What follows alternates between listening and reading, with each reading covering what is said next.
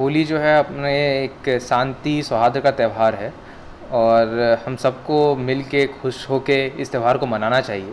और बहुत ज़रूरी है कि जब हम खुशी से मना रहे हैं तो ये भी ध्यान रखें कि किसी को हम किसी भी प्रकार का कष्ट नहीं पहुंचाएं, जिससे कि हमारा जो पीस है, हारमोनी है, किसी भी तरह में परेशानी आए।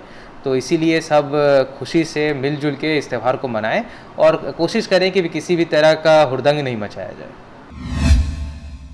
खबर है राजनांदगांव जिले के छुईखदान क्षेत्र का, जहां पर जनपद पंचायत छुईखदान में लग रहे भ्रष्टाचार के आरोप। आपको बता दें कि इस दौरान खैरागढ़ विधानसभा में उपचुनाव की घोषणा हो चुकी है। वहीं छुईखदान में राजनीतिक सरगर्मी, आरोप प्रत्यारोप का दौर जारी है। नगर पंचायत छुईखदान में अविश्वास प्रस्ताव आने के बाद जनपद पंचायत छुईखदान में भी जनपद सदस्य में भारी रोष देखा जा रहा है और इसका प्रमुख कारण जनपद सदस्यों के बीच जानकारी के 14 लाख का प्रस्ताव होना बताया जा रहा है। इस दौरान यह भी बताया जा रहा है कि 28 फरवरी को सामान्य सभा की बैठक रखी गई थी, जिसमें जनपद विकास निधि के कार्य पर चर्चा होना था और जनपद विकास निधि का बंटवारा होने के बाद बैठक समाप्त हो गई। बैठक समाप्त होने के पश्चात नियम के अनुसार सभी जनपद सदस्यों को हस्ताक्षर करने होते हैं, लेकिन कुछ जनपद सदस्यों का कहना है कि उनसे हस्ताक्षर नहीं लिए गए और विवेकानंद युवा प्रोत्साहन योजना के अंतर्गत भारी भ्रष्टाचार किया गया है।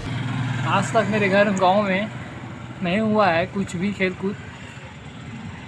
और श्यामपुर में कोई विवेकानंद युवा प्रोत्साहन योजना के तहत कोई प्रतियोगिता हुई थी क्या? नहीं, कुछ नहीं हुआ। आज पर खेल हुई थी। कौन सा खेल हुआ था? कबड्डी का कार्यक्रम हुआ था। और पंचायत को कितनी राशि प्राप्त हुई थी?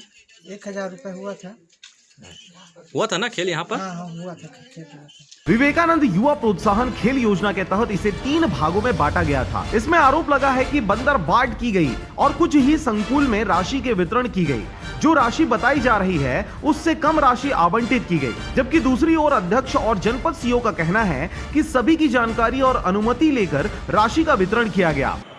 शासन द्वारा युवा प्रोत्साहन योजना के बीच में जितने भी मार्गदर्शन, दिशा निर्देश और जिला कार्यालय से प्राप्त होते रहे, उसी के आधार पर ही व्यय किया जा रहा है। नियमानुसार बैठक, सामान्य सभा बैठक, प्रस्ताव इत्यादि करके ही वहन किया गया है सारे व्यय। अब यह जांच का विषय है कि इसमें भ्रष्टाचार हुआ है कि नहीं, क्योंकि राज्य सरकार द्वारा राशि तो संबंधित कार्यालय विभागों को दी जाती है, लेकिन कर्मचारी और अन्य की मिलीभगत से इस राशि का सही उपयोग नहीं हो पाता। आने वाला समय ही तय करेगा कि जनपद पंचायत छुईखदान में जो उथल पुथल मची हुई है उसका परिणाम क्या होगा। राजनांदगांव से अजय साहू के साथ राजेश चौबे की रिपोर्ट, आरजे रमझाझर।